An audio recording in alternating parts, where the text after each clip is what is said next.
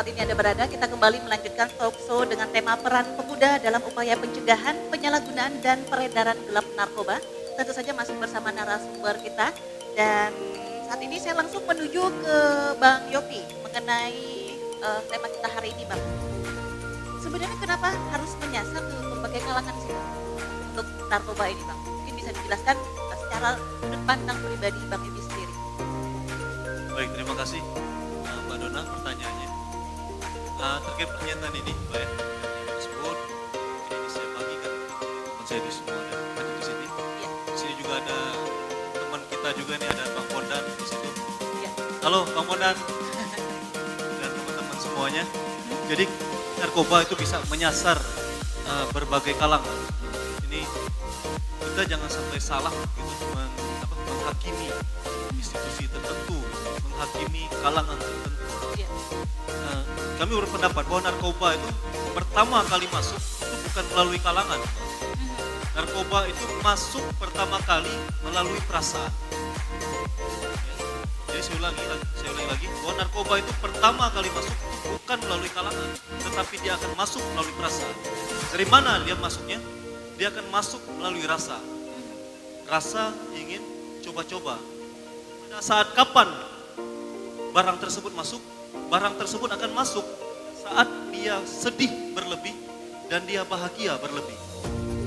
Ya, jadi narkoba itu akan masuk pada saat itu, Mbak. Jadi kita harus hati-hati, Mbak, dengan ketika kondisi kita saat bersedih yang berlebih dan bahagia yang berlebih.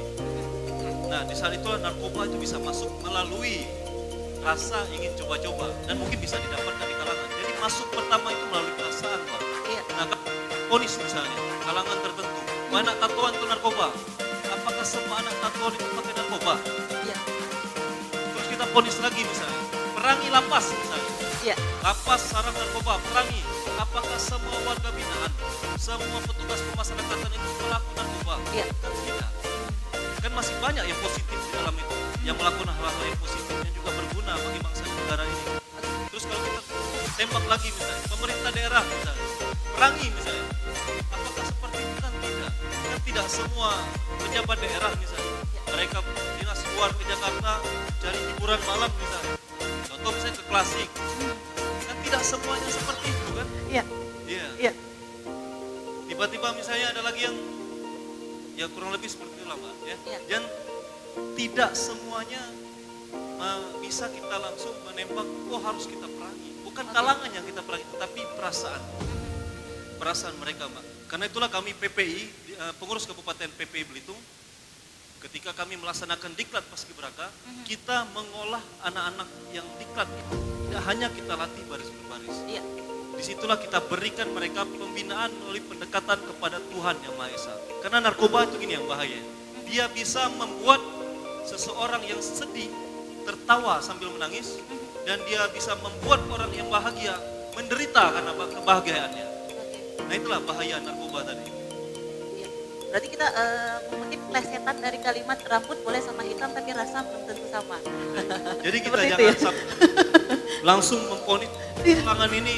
Iya. Jangan. Ya, kita bukan memerangi kalangannya, Iya. tetapi kita memerangi oknum-oknumnya. Oke. Iya. Nah. Terima kasih. Baik, silakan Indi. Pak Yopi tadi sedikit menyinggung mengenai artis atau pejabat publik yang terjerumus atau menyalahgunakan narkoba. Nah, menurut Pak Yopi, kenapa artis atau pejabat publik bisa terjerumus ke dalam penyalahgunaan narkoba? Baik, terima kasih. Ya, kalau sama seperti saya bilang tadi ya, kan, jadi bukan kalangan, tidak semua, kan, tidak semuanya seperti itu. Nah, mengapa mereka bisa terlibat dengan narkoba? Saya sampaikan tadi, karena perasaannya ada yang salah, Pak. Dia mungkin sedihnya berlebih. Sebagai seorang pejabat wajar, sebagai seorang artis sangat wajar dia memiliki kegalauan yang berlebih. Nah, di saat itulah narkoba tadi masuk. Ya. Seorang artis dengan jam terbang yang tinggi, apa yang dibutuhkan? Ya sabu. Apalagi obatnya. Selain itu, dia bisa aktivitas 24 jam tanpa tidur. Mungkin Pak Didik lebih paham lagi karena banyak bergaul dengan artis ya. Iya, iya. Manusia normal tidak bisa kerja 24 jam tanpa tidur, Mbak. Iya. Ya. Nah, apa obatnya? Sabu. Ya. Ketika menjadi pejabat publik misalnya, kalau bicara misal patah-patah misalnya, Iya.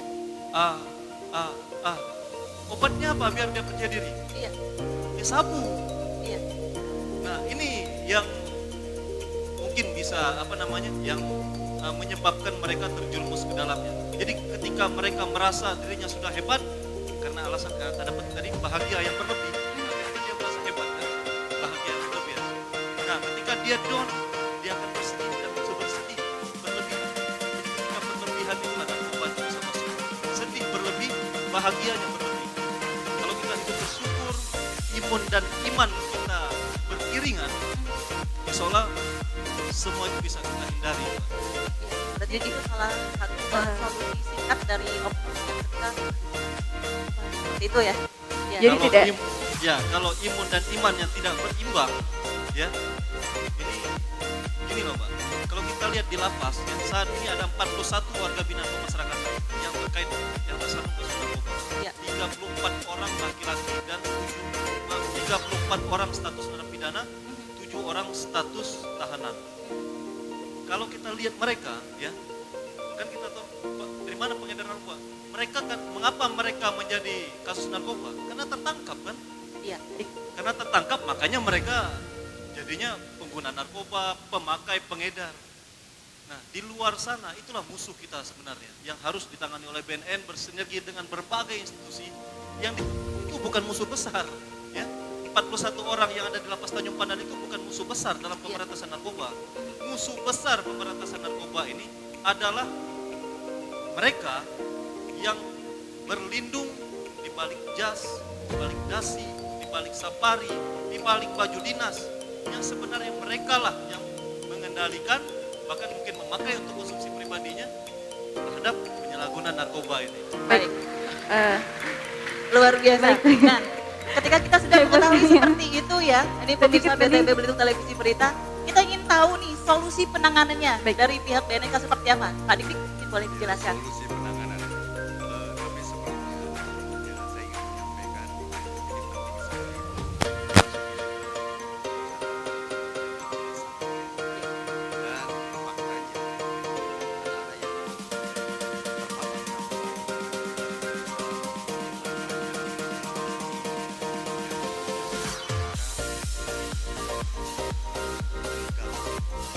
kalau karena mereka dimarahin orang tua,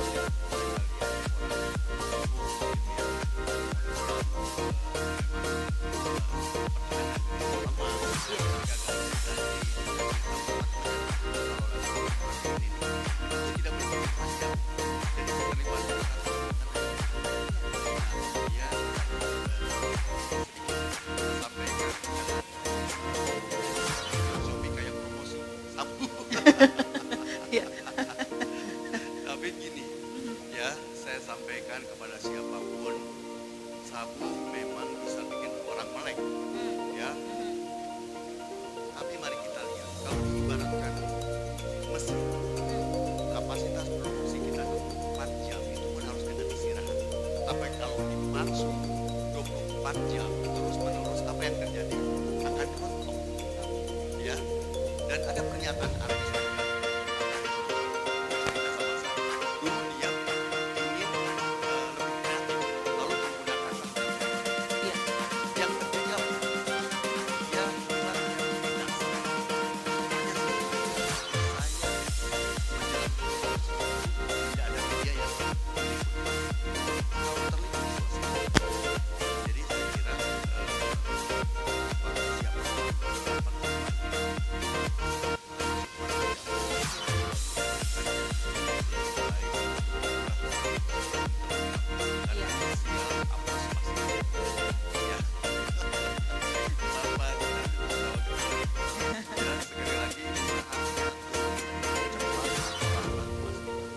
Iya. Lalu bagaimana solusi dengan masyarakat yang terpapar yang anak-anak remaja, ya?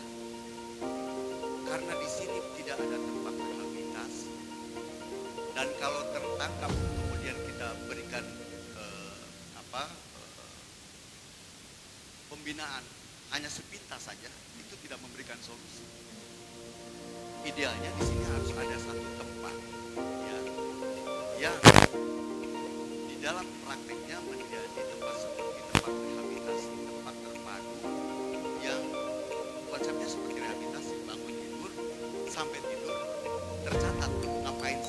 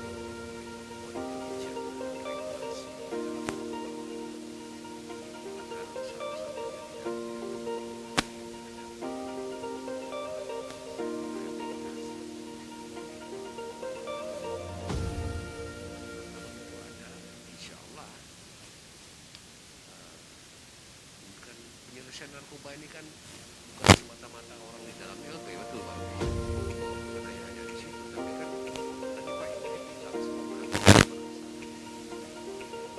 saat semua perangkat narkoba dia artinya bisnis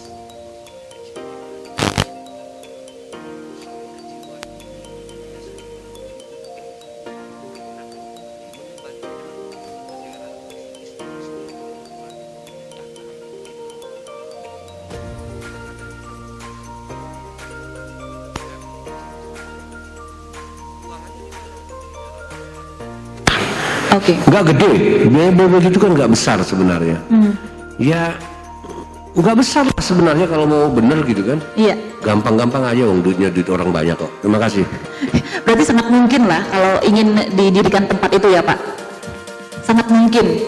Sangat, Iya. sangat. Apalagi berhubungan dengan dana pasti ada lah ya seperti itu Oh kalau ya, menurut Bapak. banyak. Nggak gede-gede amat. Iya. Pak Haji selaku sebagai orang tua, bagaimana peran orang tua agar anaknya jauh dari narkoba Pak Haji? Kalau Pak Haji sendiri, bagaimana peran orang tua agar anaknya jauh dari narkoba menurut Pak Haji? Ya itu tadi sebenarnya manusia ini kan diberi akal yang paling sempurna. Jadi akal ini akan menjadi sehat, akan menjadi berdaya kalau diisi dengan iman yang bagus. Iya. Iya kan? Iya. Jadi iman dan akal itu harus sama-sama dikelola dengan baik Iya. dalam keluarga. Tapi dari semua itu sebenarnya adalah kasih sayang. Kasih sayang, kepedulian.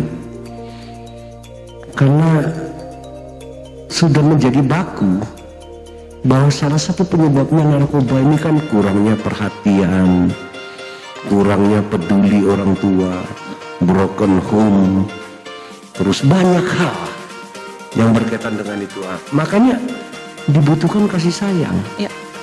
Maka kita berharap orang tua ini bagaimanapun juga harus selalu perhatian dengan anak-anaknya, harus peduli dengan anak-anaknya. Kasih sayang itu adalah modal. Karena kalau kasih sayang kita kuat terhadap anak, berarti bukan sebatas kita memberi satu perhatian, tapi anak akan kembali merasakan, oh saya merasa diawasi, Iya. saya merasa dikontrol. Padahal tidak seperti itu, tapi ini kan psikologis. Maka saya pikir persoalannya tadi kasih sayang itu penting, tapi dimulai manusia punya akal yang paling sempurna dari seluruh makhluk, dan di sini adalah iman yang bisa membuat akal itu lebih berkualitas.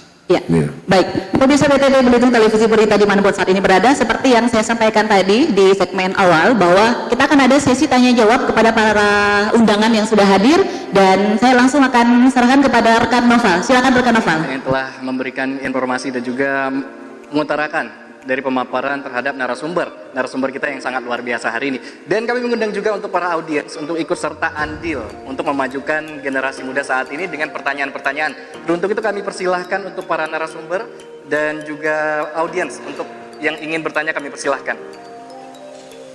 Baik, kami persilahkan. Sebutkan nama dan asal dari mana.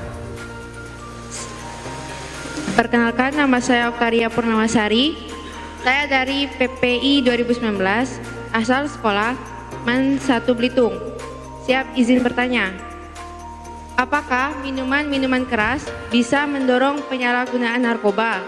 Jika minuman keras bisa memengaruhi tingkat penggunaan narkoba, mengapa ada minuman keras yang diperbolehkan dan seperti apa standarnya?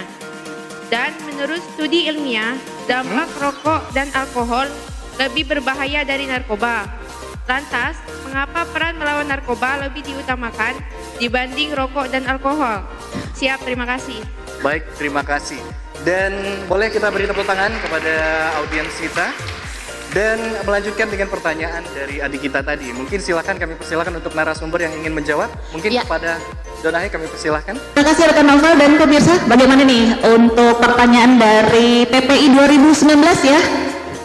Ini mengenai apakah minuman keras ini bisa mendorong narkoba, penyalahgunaan narkoba, kemudian kenapa lebih intens untuk jangan narkoba tapi merokok, minuman keras, kok tidak terlalu dikedepankan seperti itu Pak? Boleh silakan mic-nya Pak.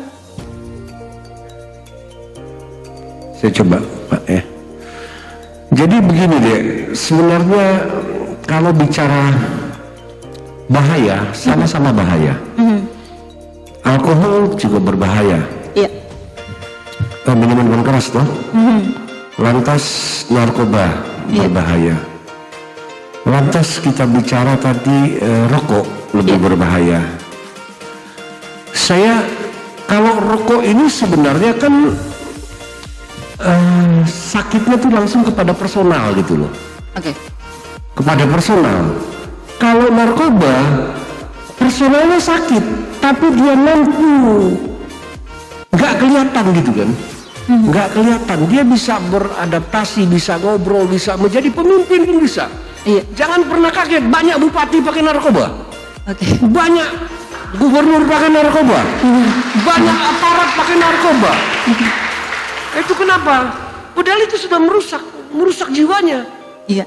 Tapi nggak kelihatan gitu loh. Beda dengan rokok tadi. Kalau rokok kan kelihatan, individu gitu. Kau ngisap gitu langsung. Oh dia lah nggak kena. Nggak ngaruh ke lain. Nggak kuat ngaruhnya. Paling asap kan. Iya. Nah, tapi kalau narkoba tidak seperti itu dia. Begitu juga deh dengan alkohol. Alkohol lebih pada pribadi, tapi tingkat kerusakannya itu beda dengan narkoba. Jadi beda, narkoba, alkohol, dan rokok itu beda. Saya lebih melihat alkohol kepada personalnya. Tapi narkoba itu nggak kelihatan. Dia makai ketawa senyum, diri pikir orang baik lah ini kan. Ya kan, itu contohnya. Masa bupati makai narkoba kan? Nah, masa anggota aparat pakai narkoba kan? Padahal makai. Itu sebenarnya sudah sakit. Nah, ini kenapa narkoba lebih bahaya? Kalau bupati pakai narkoba atau gubernur pakai narkoba ataupun aparat pakai narkoba, dia ini kan punya kekuasaan untuk membuat kebijakan. Kebijakan ini akan rusak dibuat dia. Itulah kira-kira. Baik, kita menuju ke pertanyaan kedua untuk para undangan. Silakan rekan Noval. Kami persilakan untuk para audiens yang ingin ikut serta untuk bertanya, kami persilahkan. Sebutkan nama dan dari mana. Baik, kami persilakan. Assalamualaikum warahmatullahi wabarakatuh. Waalaikumsalam warahmatullahi wabarakatuh. Perkenalkan, nama saya Muhammad Sadam Khairi dari PPI 2019, asal sekolah SMA Negeri 2 Tanjung Pandan. Izin bertanya, biasanya di berita ada penyelundupan narkoba melalui kapal atau sejenisnya, seperti di Pulau Batam, menjadi sasaran kapal-kapal luar negeri untuk mengedarkan narkoba, bahkan sampai puluhan ton. Mengapa Indonesia menjadi sasaran pihak-pihak negara lain untuk mengedarkan narkoba? Siap, terima kasih. Baik, boleh kita beri tepuk tangan untuk Sadam. Dan kami persilahkan untuk Donahi.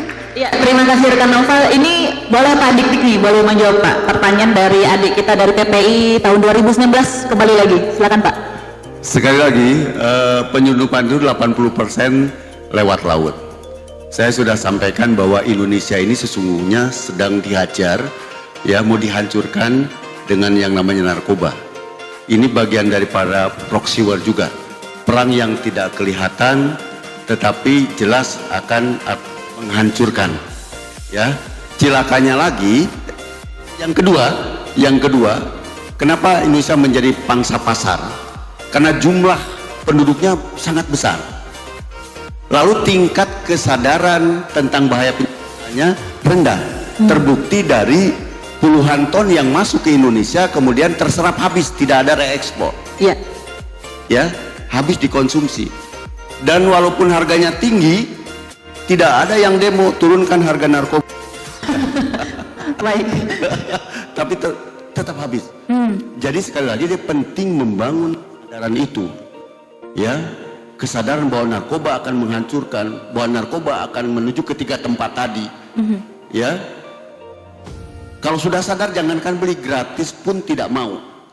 Makanya saya garis bawahi, kita bangun kesadaran. Cara membangunnya bagaimana? Tentu kita mencari strategi komunikasi yang efektif sesuai dengan segmentasi. Iya. Ya, itu Mbak Dona. Baik, baik, terima kasih. Kemudian ada yang ingin tambahkan? Bang Jarod boleh kalau ingin menambahkan? Silakan.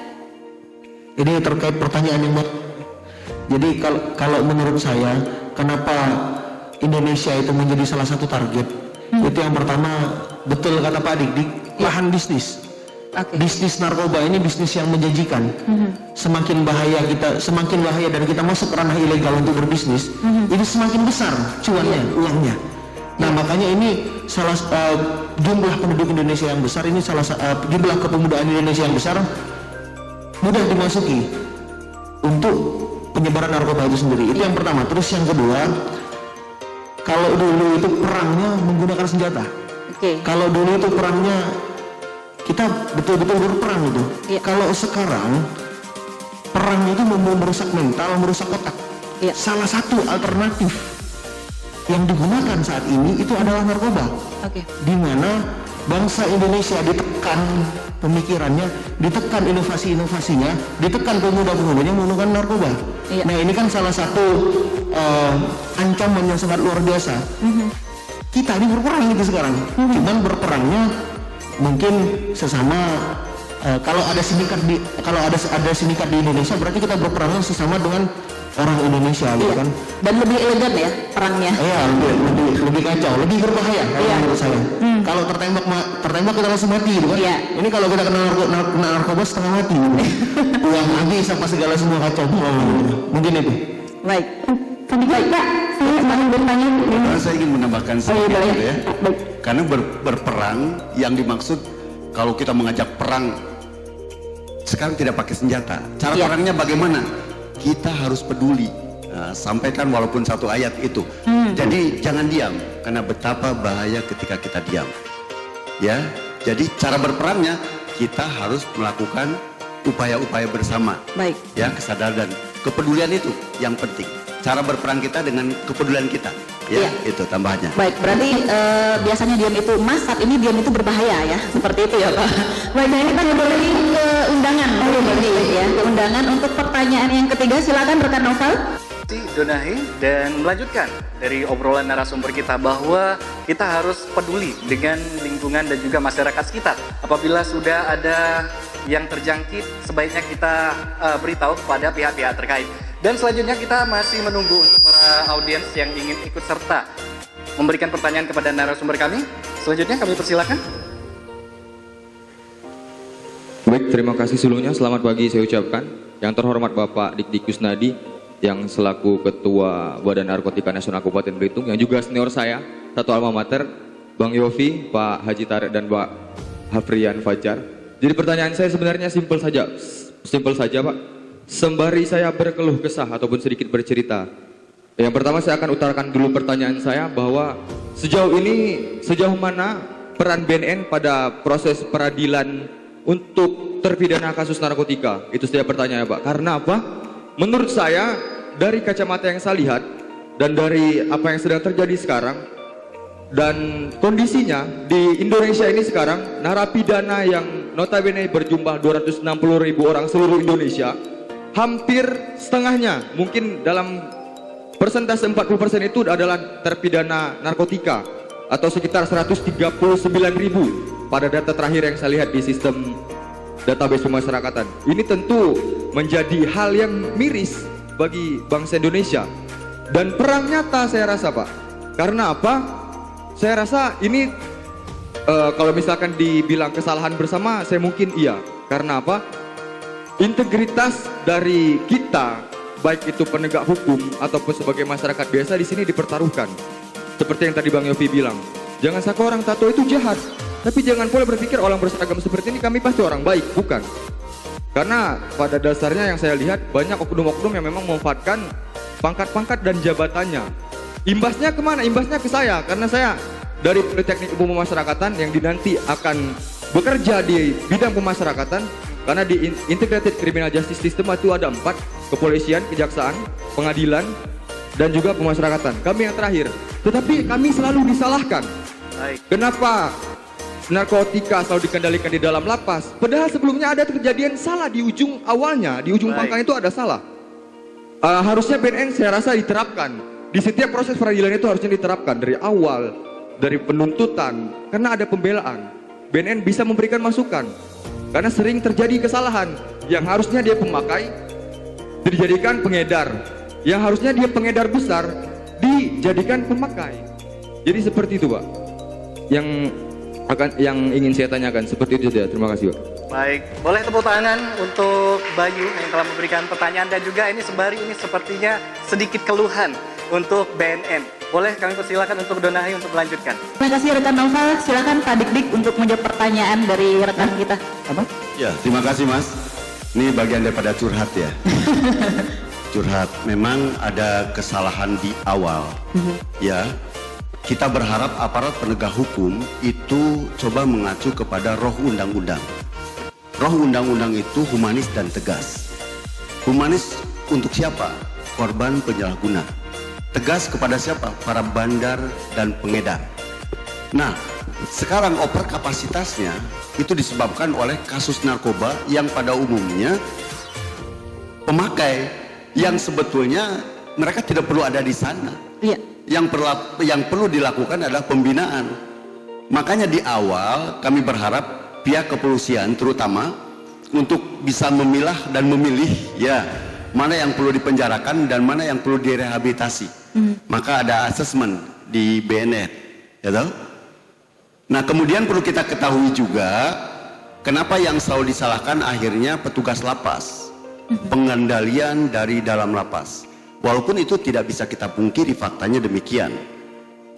Nah, kenapa kami menghimbau kepada aparat kepolisian khususnya untuk betul-betul ya mengacu kepada roh undang-undang tadi.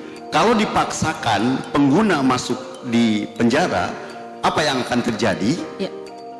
Ada satu di dalam lapas dimanapun di Indonesia ini, ada satu kelompok yang ingin meningkatkan kualitas kejahatan. Di luar pengetahuan petugas, mereka melakukan diskusi. Mereka meningkatkan profesionalismenya di bidang masing-masing. Cilakanya, ada yang dari kasus lain, ya, kemudian mereka terlibat dengan kasus narkoba. Dan cilakanya, sekali lagi tapi ini di luar pengetahuan petugas, mereka melakukan diskusi-diskusi. Yang kita khawatirkan adalah kalau mereka masuk pengguna kemudian didoktrin sama kelompok yang ingin meningkatkan kualitas kejahatan tadi, maka dia akan jadi pengedar. Ya. Begitu juga pengedar, diskusi lebih dalam lagi akhirnya jadi bandar. Artinya BNN akan mempunyai PR besar ke depan menghadapi mereka-mereka yang lebih solid ketika keluar, bukan kembali ke jalan yang benar, tetapi karena ini uang besar, kemudian yang bersangkutan juga di masyarakat belum tentu diterima, akhirnya kembali lagi dan celakanya mereka lebih solid. Ini sebetulnya akan menjadi PR besar BNN. Sekali lagi, aparat penegak hukum gunakan hati nurani, mengacu kepada roh undang-undang tadi, humanis dan tegas. Terima kasih. Iya, baik. Kita kembali lagi ke rekan Novel, silakan rekan Novel. Baik, terima kasih. Itu dia tadi pemaparan yang sudah disampaikan oleh Pak Didik selaku Kepala Badan Narkotika Nasional Kabupaten Belitung. Dan masih kembali dengan Bayu yang ingin melanjutkan tentang pertanyaannya tadi. Kami persilakan. Baik, terima kasih untuk jawaban Bapak yang mungkin sudah memberikan gambaran kepada saya sebelumnya dan juga teman-teman sekalian. Mungkin saya di sini juga sedikit menghimbau kepada adik-adik saya dan mungkin teman-teman saya yang ada di belakang bahwa memang sebenarnya narkoba ini adalah masalah dan musuh terbesar bangsa saat ini. Salah satu musuh terbesar bangsa. Jadi betapa banyak uang negara yang dihabiskan hanya untuk membiayai narapidana kasus narkotika. Misalkan satu hari itu untuk satu narapidana saja bisa menghabiskan misalkan 15.000 satu orang untuk 3 kali makan. Hitung saja hukuman mereka misalkan 10 tahun dikalikan 100.000 narapidana. Berapa triliun yang dihabiskan negara seperti itu. Jadi saya rasa memang pada proses peradilan besok-besok BNN harus ikut serta, Pak. Saya rasa memang harus ikut serta dan memberikan masukan baik itu kepada jaksa sebagai penuntut dan hakim pada saat proses persidangan, pemutusan hukuman. Jadi saya rasa memang harus seperti itu. Dan harus saya himbau juga kepada adik-adik sekalian yang mungkin sekarang sudah zamannya teknologi. Semua masing-masing kita sekarang memegang smartphone yang saya rasa harus digunakan dengan bijak. Tidak sepenuhnya apa yang kita lihat itu benar, dan tidak sepenuhnya juga apa yang terlihat salah itu salah sepenuhnya. Pasti ada hikmah baiknya. Jadi seperti yang saya sudah bilang tadi, harusnya kita sebagai manusia harus bisa membentengi kita sendiri, termasuk pun saya, karena memang godaan di lapas itu saya terus terang saya sudah banyak masuk ke UPT-UPT besar di Indonesia ini, seperti Cipinang, Nusa Kambangan, Sukamiskin, saya sudah masuk semua. Dan memang godaan-godaan besar itu ada, tapi kembali lagi tergantung kepada kitanya sendiri seperti itu. Dan saya rasa tadi jawaban Pak Didik sudah mungkin cukup memberikan gambaran, dan Belitung untuk ke depan saya rasa harus lebih baik. Dengan hadirnya Bang Jarwo, dengan hadirnya Bang Yofi, dengan hadirnya Pak Tarik di sini sebagai pembimbing dan pembina anak-anak muda, saya rasa kita harus mulai membuka kacamata kita. Karena saya sebagai generasi muda merasa akan sangat bersalah sekali jikalau Belitung yang kita cintai ini ternyata mengalami pemerosotan, apalagi pemerosotan moral. Seperti itu. Terima kasih. Dan mungkin sedikit tambahannya dari Bayu. Boleh kita beri tepuk tangan untuk Bayu? Mungkin sedikit masukan juga untuk pihak BNN dari Bayu. Seperti apa standarnya yang harus dilakukan oleh BNN? Baik, tadi disangkutkan tentang rehabilitasi. Jadi di salah satu lapas di Pulau Jawa itu terkait rehabilitasi, terkait penanganan ataupun pembinaan terkait untuk penggunaan narkoba. Jadi mungkin di dalam lapas bisa bekerja sama dengan BNN dengan menerapkan therapeutic community. Mungkin dari pihak BNN sendiri sudah tahu itu apa therapeutic community, dan mungkin bisa juga dibuatkan dari kita mungkin LSM di luar untuk memfasilitasi panti-panti rehabilitasi. Karena saya rasa itu perlu, walaupun tidak digunakan untuk rehabilitasi dari pengguna-pengguna narkoba, tetapi itu bisa dijadikan sarana edukasi untuk memberikan pengetahuan dan pemahaman. Mungkin tadi Pak Dik bilang, jangan bilang say no to drugs, karena memang hanya golongan-golongan tertentu yang berpendidikan. Tapi mungkin orang-orang yang kerjanya di kebun, yang nelayan, mungkin pulang pergi naik bagan 3, 4, 5 hari gak tahu apa itu say no to drugs. Baik. Apa itu say no to drugs? Mereka tidak akan tahu. Mungkin lebih menempatkan panti-panti rehabilitasi yang juga digunakan dalam sarana edukasi, itu bisa diterapkan di sini. Karena memang yang saya rasa masyarakat Belitung perlu akan edukasi seperti itu untuk sebagai langkah preventif terkait dengan penyebar luasan narkoba ini. Mungkin kalau yang seperti mahasiswa seperti saya, lulusan sarjana sudah tahu, sudah hafal dan hatam betul tentang pendapat-pendapat dan masukan-masukan seperti itu. Tapi ada titik-titik dan golongan-golongan yang saya rasa harus dicapai secara menyeluruh terkait pencegahan itu. Terima kasih. Baik, boleh kita beri tepuk tangan untuk Bayu. Dan ini merupakan contoh mahasiswa yang produktif dan juga kritis terhadap perkembangan zaman ya. Dan mungkin sedikit ada tambahan dari Pak Dik terkait himbauan dan juga masukan dari narasumber audiens kita. Kami persilakan Donahi. Silakan Pak Dik. Ya, saya singkat saja. Sebenarnya terima kasih atas masukannya, pemikirannya, dan saya cuma ingin menyampaikan buat adik-adik semua, saya sendiri orang di luar Belitung yang turut bangga ketika melihat pemuda, boleh kamu berdiri deh, boleh tepuk tangan buat ya. Terima kasih. Kami berharap mudah-mudahan bisa diikuti jejak langkahnya dan prihatin ketika Belitung mundur, dan dia bangga ketika Belitung maju. Itu aja. Ya, baik. Kita kembali ke pertanyaan dari undangan yang sudah siap saat ini yang akan diberikan kepada narasumber yang sudah hadir. Silakan rekan Nova. Baik, terima kasih Donahi. Dan selanjutnya untuk segmen terakhir untuk sesi tanya jawab, silakan untuk audiens kami. Silakan sebutkan nama dan dari mana. Cek, bismillahirrahmanirrahim. Assalamualaikum warahmatullahi wabarakatuh. Waalaikumsalam warahmatullahi wabarakatuh. Selamat siang. Perkenalkan, nama saya Muhammad Iksan, perwakilan dari KNPI Kabupaten Belitung. Jadi yang ingin saya tanyakan di sini adalah sebagaimana yang kita tahu bahwasanya narkoba merupakan musuh bersama bagi kita, dan sejauh ini kita apresiasi dulu terhadap BNN yang terus memerangi narkoba, mencegah penggunaan narkoba di kalangan baik itu remaja, usia tua maupun usia muda. Kita berikan apresiasi dulu terhadap BNN. Oh. Yang kedua, kita berikan apresiasi juga terhadap pemerintah, di mana atas peran pemerintah juga BNN bisa terus aktif dalam pencegahan penyalahgunaan narkoba ini. Nah, sejauh ini setelah beberapa kali saya mengikuti sosialisasi BNN terhadap penyalahgunaan narkoba ini bukan untuk yang pertama kalinya, di mana BNN melakukan sosialisasi dan saya ikut hadir di dalamnya. Yang ingin saya tahu gitu, dari sekian kali BNN melakukan sosialisasi, di mana pada saat waktu itu tempat menghadiri Pak Nanang juga dari BNN Provinsi kalau nggak salah. Nah itu apakah ketika setiap melakukan sosialisasi BNN ini berpengaruh terhadap tingkat keberhasilannya atau seperti apa? Nah kenapa ketika BNN selalu melakukan sosialisasi itu, apakah tingkat keberhasilannya terhadap pencegahan narkoba ini rendah atau berhasil? Nah, yang ingin saya tanyakan adalah tolak ukur dari keberhasilan BNN terhadap program-program peredaran, penyalahgunaan dan pencegahan dalam hal narkoba ini seperti apa gitu?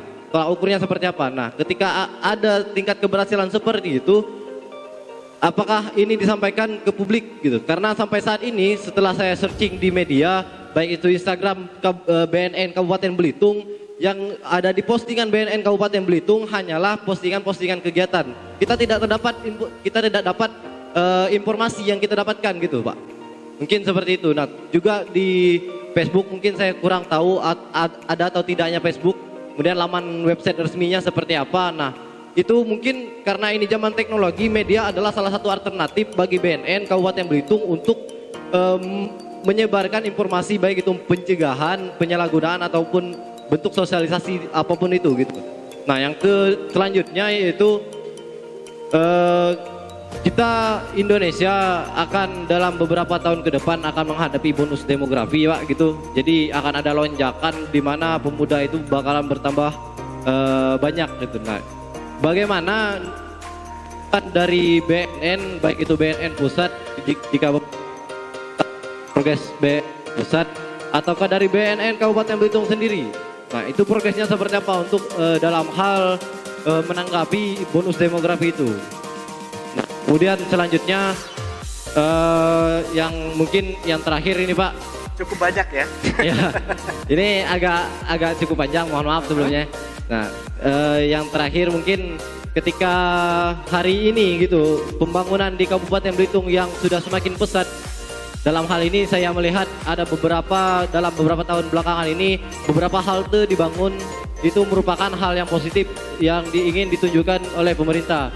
Nah, tapi di sisi lain di situ terdapat penyalahgunaan, Pak.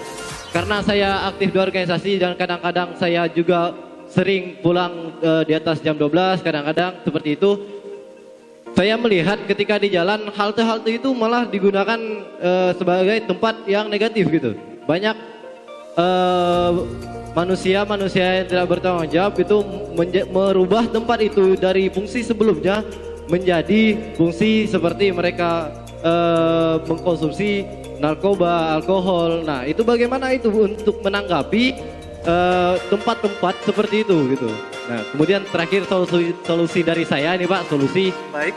Karena baiknya ada kritikan juga dan solusi gitu ya, Pak. Baik, nah, betul. saya menghimbau kepada kawan-kawan yang ada di sini semua, daripada kita terjerumus di dalam narkoba, karena salah satu hal yang mempengaruhi kawan-kawan untuk terjerumus di dalam narkoba adalah karena mereka itu kebingungan mau ngapain lagi gitu, Pak. Nah, mungkin hal itu bisa kita sepakati.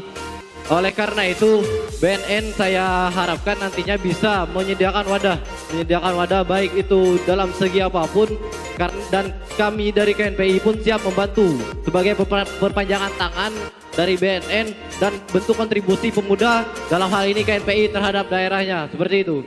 Baik, boleh tepuk tangan untuk Ihsan yang telah memberikan Mungkin pertanyaan. itu saja yang bisa saya sampaikan, dan lebihnya saya maaf. Dan terakhir juga bahwasanya KNPI hari ini juga fokus dalam pencegahan narkoba. Mungkin itu saja yang bisa saya sampaikan. Bila taufiq wal hidayah. Wassalamualaikum warahmatullahi wabarakatuh. Waalaikumsalam warahmatullahi wabarakatuh. Dan itu dia tadi yang sudah disampaikan oleh Iksan. Berarti beliau ini ikut serta ya dalam ruang lingkup perkembangan atau gerak-gerik dari BNN. Boleh sekali lagi kita beri tepuk tangan untuk audiens kita yang telah memberikan pertanyaan. Dan kami kembalikan kepada Donahe. Terima kasih rekan Novel dan juga para undangan yang sudah memberikan pertanyaan kepada narasumber. Tadi ada pertanyaan terakhir dan pertanyaan terpanjang. Pak Dik-Dik silakan dijawab. Ya, yang terpenting itu yang pertama kesiapan dari KNPI untuk menjadi mitra dan perpanjangan tangan dari BNN. Ya. Dan kami harapkan BNN menjadi rumah bagi KNPI juga. Jangan sungkan kalau masyarakat takut karena BNN taunya nangkap, ngejar, ya, menggerebek. Sekarang saya berharap dari sisi pencegahan BNN harus menjadi rumah bagi masyarakat, terutama kalangan pemuda. Ayo kita diskusi di sana. Kemudian yang kedua, saya urut dari pertanyaan-pertanyaan terakhir, dari yang terakhir lah. Misalnya halte-halte menjadi tempat orang-orang yang tidak bertanggung jawab di sana, tentu saya akan meningkatkan kerjasama dengan Satpol PP untuk melakukan monitoring terhadap tempat-tempat yang menjadi ajang bagi anak muda, ya, dalam penyalahgunaan narkoba, ya. Kemudian berikutnya menyangkut masalah tuh kebanyakan kepanjangan sih jadi lupa. Ya. Masalah sosmed tadi Pak. Oke. Sosial media juga. Ini tolak ukurnya kalau untuk pencegahan itu panjang deh. Panjang sekali, tidak bisa diukur dalam waktu singkat. Ya. Tapi indikatornya apa? Ketika tingkat kesadaran masyarakat itu larinya ke situ lagi. Yang kita bangun kesadarannya. Kalau misalnya penyalahgunaannya masih banyak, berarti kesadarannya masih rendah. Itu menjadi tugas utama kami, betul-betul bagaimana sih meningkatkan kesadaran masyarakat ini, gitu ya, dengan berbagai tagline yang mudah dipahami, ya, dan sebagainya. Kemudian satu lagi deh, tadi saya sudah ingat jadi blank deh. Yang kedua apa?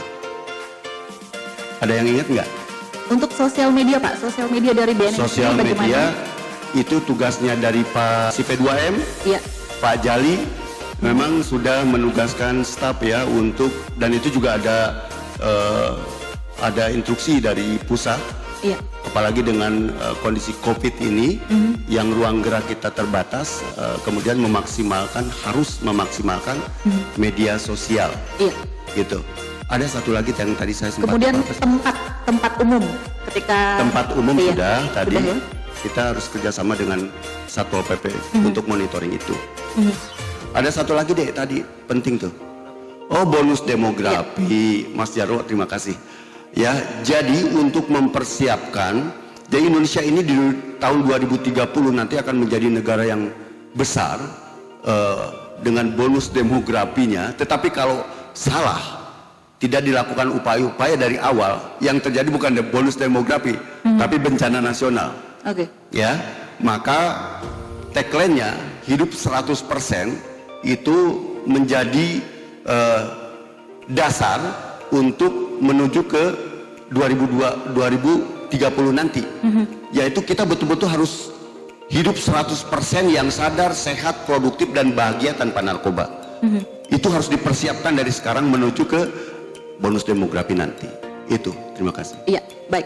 Pemirsa BTV, kita berada di segmen terakhir untuk kali ini. Mungkin kita akan mendengarkan statement terakhir dari masing-masing narasumber ya, Nindi. Silakan Bang Jarwo, boleh statement terakhirnya untuk Dokso dengan tema hari ini. Terima kasih Mbak Dia. Jadi terkait penyalahgunaan narkoba, itu saya berpesan kepada kawan-kawan, dan mungkin kawan-kawan di sini paham gitu kan. Kalau Tesi menggunakan sabu-sabu, ya kan, mungkin Iwaka menggunakan ganja gitu kan. Nah, tetapi anak-anak muda itu menggunakan komik, menggunakan dextro, menggunakan yang lain-lainnya, yang itu mudah dijangkau, bahkan menggunakan rendaman air pempes. Gitu kan. Nah, tetapi ini sama kawan-kawan, dan ini berada di lingkungan kita. Kalau BNN kapasitasnya itu mencegah untuk penggunaan narkotika, siapa yang mencegah penggunaan komik, siapa yang melakukan pencegahan untuk penggunaan minuman keras dan lain sebagainya. Ini harus dipertegas di daerah, karena cikal bakal orang itu nggak mungkin ketika lahir langsung ke SMA. Sebelum dia mencoba narkoba, dia akan mencoba hal-hal yang lain-lain dulu, yang mungkin mampu bisa dicoba untuk dia. Nah, maksud saya di sini mari kita awasi bersama sampai gerakan paling bawah, bahwa hal-hal cikal bakal pengguna narkoba ini harus kita berikan binaan. Oke lah, saat ini tidak ada binaan. Misalnya si A ditangkap karena minum arak, terazia dan lain sebagainya. Rumah singgah nggak ada. Saya sudah bilang sama Pak Didik, rumah singgah nggak ada. Dulu KNPI pernah bikin rumah singgah. Di situ ada psikolog. Itu di rumah camat di Pangkalalang, rumah camat Tanjung Pandan itu digunakan sebagai rumah pelangi. Cuma itu nggak berjalan karena memang semuanya sosial. Ya kan, kita minta dokternya untuk bersosial, psikolognya sosial, lama-kelamaan juga susah gitu kan. Nah, maksud saya harapan ke depan itu selain kawan-kawan muda ini grassroots gerakannya ke bawah, itu saya minta pemerintah juga bikin rumah singgah di situ, sehingga ketika ada kita temukan misalnya kasus case-case yang ada di masyarakat, kita tahu larinya mau kemana. Penegakannya harus jelas. Saya kasih contohnya. Boleh. Teman-teman muda itu sering ditilang karena motornya pakai knalpot yang kencang suaranya. Emang nggak lihat gitu. Di sebelah rumah saya itu banyak jualan knalpot kencang. Nah, ini kan penegakannya nggak jelas gitu kan. Nah, maksud saya teman-teman yang memang ditangkap mungkin gara-gara minum arak, minum minuman keras, komik dan lain sebagainya. Tetapi yang menyediakan itu siapa, maksud saya? Itu harus tindak tegas dong. Ya kan? Ini yang paling penting. Baik. Mengusut itu jangan setengah-setengah. Kalau setengah-setengah, ya potong setengah tumbuh lagi, potong setengah tumbuh lagi. Jadi jangan formalitas saja. Harus maksimal. Mungkin itu pesan terakhir. Baik, silakan Bang Yopi untuk statement singkatnya nih Bang Yopi di segmen terakhir kali ini. Baik, terima kasih. Menyambung dari Ketua KNPI tadi, nah saya selaku anak muda juga ini memberi masukan kepada pemerintah daerah. Jadi apa yang disampaikan Pak Jarwo tadi akan sia-sia kalau nggak ada payung hukumnya itu. Nah, pemerintah daerah dalam hal harus segera membuatkan, ya kalau di daerah perda, ya peraturan daerah terkait bagaimana penanganan narkoba. Tidak hanya itu saja, masuk dengan obat-obatan yang berbahaya. Ya, karena ya sama seperti disampaikan Pak Jarwo tadi, anak-anak ini kan yang tingkat SD bahkan sudah tahu komik itu bisa memabukkan kan. Nah, terlepas adanya undang-undang narkotika dan penanganan dari BNK, pemerintah daerah harus sigap segera disiapkan peraturan daerah terkait penanganan hal ini. Jadi mereka ditangkap nggak masukkan ke lapas lagi. Ada upaya pemerintah daerah untuk memanfaatkan mereka melalui sanksi sosial, melalui penempatan di rumah rehabilitasi, melalui penempatan di rumah singgah. Untuk proses kegiatannya, teknis kegiatan bisa diskusi kan? Ya, bagaimana sih? Kan lebih indah kalau pemerintah daerah mendengarkan masukan dari beberapa kalangan masyarakat, gitu kan? Nah, payung hukumnya harus segera ditegaskan lagi. Hal itu akan berjalan kalau perdanya ada. Nah, dalam kesempatan ini closing statement saya bawa buku Serbuk Putih Seragam Coklat. Ini ditulis dari seorang pencatatan Polri yang sekarang sedang menjalani masa pidana di Lembaga Pemasyarakatan kelas 2 Pandan. Buku ini akan saya bagikan, ada dua, satu kepada Kepala BNN dan satunya untuk pengurus Kabupaten KNPI Belitung. Mudah-mudahan dengan membaca buku ini, dia bercerita, dia seorang Polri, dia berbisnis, dia berbahagia berlebihan hingga kebahagiaannya membuat malapetaka bagi dirinya dan menghancurkan segalanya. Ini bisa menjadi pelajaran kita semua agar hiduplah dengan imun dan iman yang berimbang. Kita harus sehat dan juga kita harus taat. Jadi kalau imun dan iman tidak berimbang, kita akan bahagia berlebihan, bersedih juga berlebihan, narkoba bisa masuk.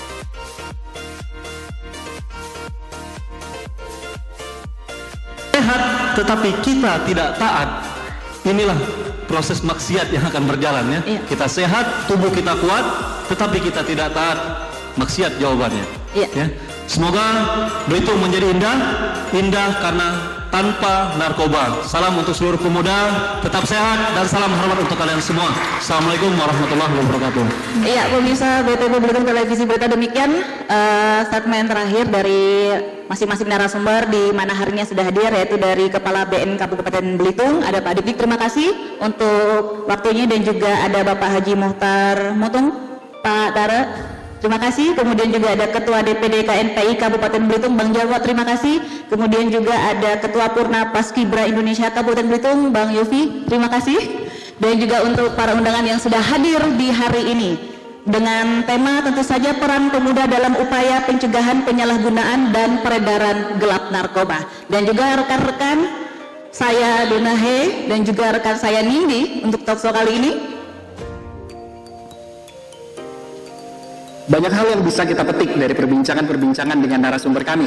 Dan kita ketahui bersama saat ini Indonesia darurat narkoba. Pesan ini harus terus digaungkan karena peredaran dan penyalahgunaan narkoba makin menggila.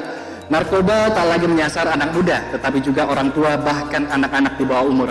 Kini kami mengajak seluruh pemuda di mana berada, tanpa terkecuali, mari berperan secara aktif memberantas penyalahgunaan narkoba yang terjadi di mana-mana. Dan akhirnya tidak terasa kita sudah di akhir segmen talk show kita bersama pihak BNN. Kami ucapkan terima kasih untuk para narasumber yang telah berbagi informasi kepada kami semua. Dan akhir kata saya Nopal Idrus pamit undur diri. Saya Donahe. Saya Nindi Lucia Kaputranti. Presenter TV online BTB Belitung Televisi Berita undur diri. Salam BTB Belitung Televisi Berita. Wassalamualaikum warahmatullahi wabarakatuh. Sampai jumpa kembali pada episode selanjutnya.